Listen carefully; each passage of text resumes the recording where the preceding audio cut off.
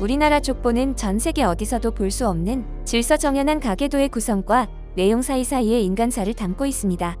기나긴 역사를 가진 우리의 족보는 한 집안의 역사 그 자체입니다. 그래서 우리나라의 족보는 세계에서 부러워할 정도로 잘 발달된 것으로 유명합니다. 외국에도 족보학회 또는 족보 전문 도서관이 있지만 우리처럼 각 가문마다 문헌으로까지 엮어 2000년 가까이 기록해온 나라는 없기 때문이죠. 조상에 대한 관심은 동양과 서양에 큰 차이가 없습니다. 자신의 뿌리를 찾고자 하는 마음은 미국인을 비롯한 서양 사람들에게도 전혀 낯설지 않죠. 특히 가계도를 갖춘 집안이 거의 없는 미국의 경우에는 더욱 그렇다고 하는데요. 미국 LA에 있는 서던 캘리포니아 대학교에서 한국학연구소 소장을 맡고 있는 데이비드 강 교수는 한국인 아버지와 미국인 어머니 사이에서 태어나 미국에서 자란 한국계 미국인입니다. 하지만 단 한 번도 정체성에 대해서 혼란을 겪은 적이 없다고 합니다. 그에게는 한국 족보를 깊게 연구한 어머니 힐디강 박사가 있었기 때문입니다. 미국인들은 우리 족보를 어떻게 연구했는지 힐디강 박사의 강의를 공유합니다. People have told me that must be like opening an old-fashioned telephone book and just rows and rows of names. And I say, no, you're absolutely wrong. On one count, because Korean lineage records are among the oldest and the most complete in the entire world. And also because they open for us a window of time into Korean history that is complex and absolutely fascinating. And so that's where we'll go. First, you need to have some idea what it is we're talking about. So, gentleman in the striped shirt who's not holding coffee, would you come and hold up the book that's in here? It's heavy. Just come and take the book out of there and hold it up and kind of open it and turn it around for people. Just don't drop it, please. And open it up so they get an idea. Don't worry about the tags. That has nothing to do with anything. This is what a Korean jokbo looks like now. And you can flip some pages. Pages are all more or less alike. And so, yes, indeed, they are kind of move it around so people can see it. This is one volume of our family's jokbo. And this is only one to complete the whole clan. I forget, 50 volumes? A lot of these volumes to carry. And our clan is a small one. So if you are a large clan, you have a clan office with rows and rows of these books keeping track of your family. That's what it looks like. How did it get to be that way? Keeping track of family originally, and by that I mean way, way back, was simply oral history, asking your grandpa who was your great-grandpa.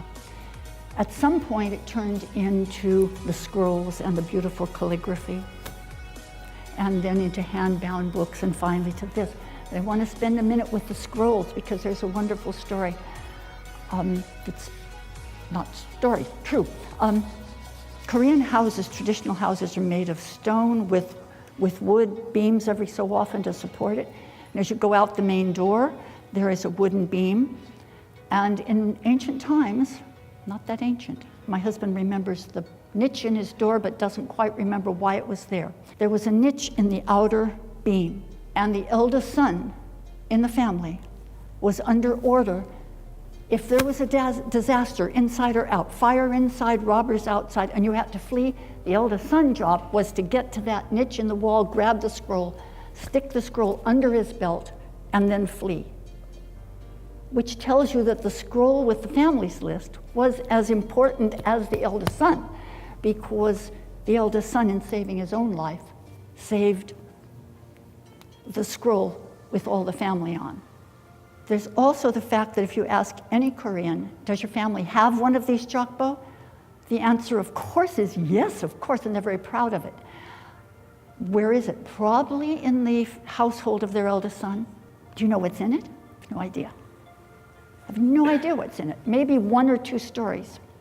And the main reason for that is it's written, not in Korean, but in not in Chinese, not even regular Chinese, but classical Chinese.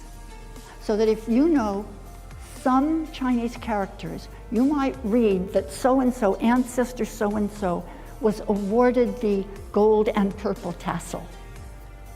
And then you say, what is that? And if you don't know classical Chinese, you don't know. And people have said, why on earth is that? And I liken them, if they know anything about European history. Medieval European history was in Latin. It wasn't in German or French or English because people wanted it, and scholars said, why would we write in German? Everything worth knowing is in Latin. And the same thing was in Korea. So you've seen, by the one that I brought, you've seen what a modern book looks like. So go back to 1600, and here is one family's. I love seeing these handmade books and the beautiful calligraphy inside. This is 1600, just to show you. We're going to take a quick look inside and show you how to actually read part of a lineage record.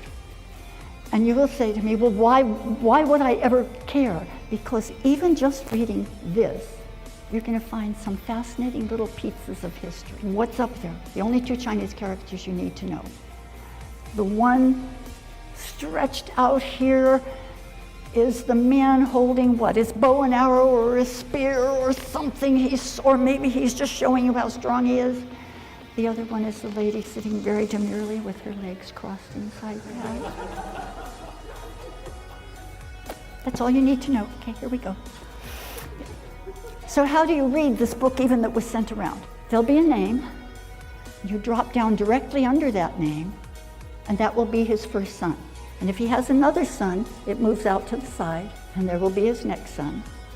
And if he has any daughters, they will be farther out to the side. Here's that 1606 book opened up inside, and I chose this page particularly because notice that the rule came out in the 1400s, and we're in 1606 now.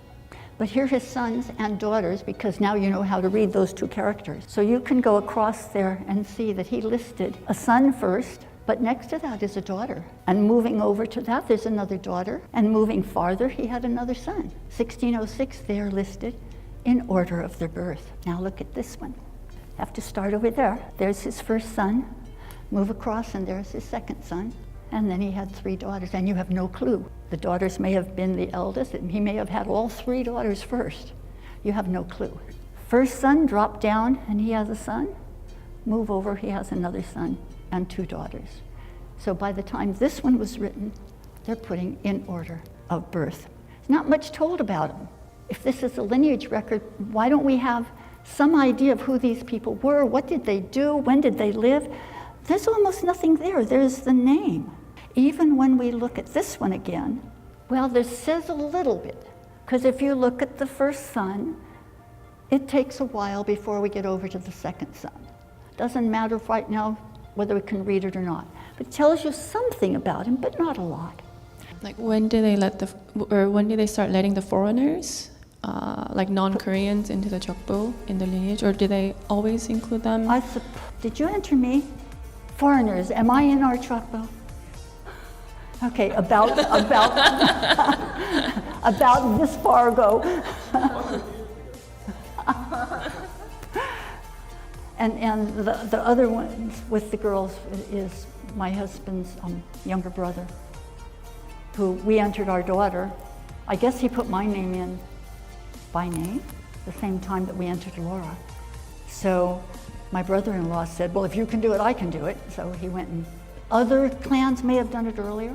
I don't know what they're doing. And so I quote from, I don't know the quote, but here's the idea. In the 1500s, a fellow named O. Sukwan wrote that the purpose of a biography is not to tell you about the person. The purpose is to give you an example of good behavior. Good behavior and example for you to follow. Doesn't matter what else he does. 여러분의 소중한 의견을 남겨주세요. 바쁘시더라도 구독과 좋아요 부탁드립니다. 지금까지 단골이시였습니다. 시청해주셔서 감사합니다.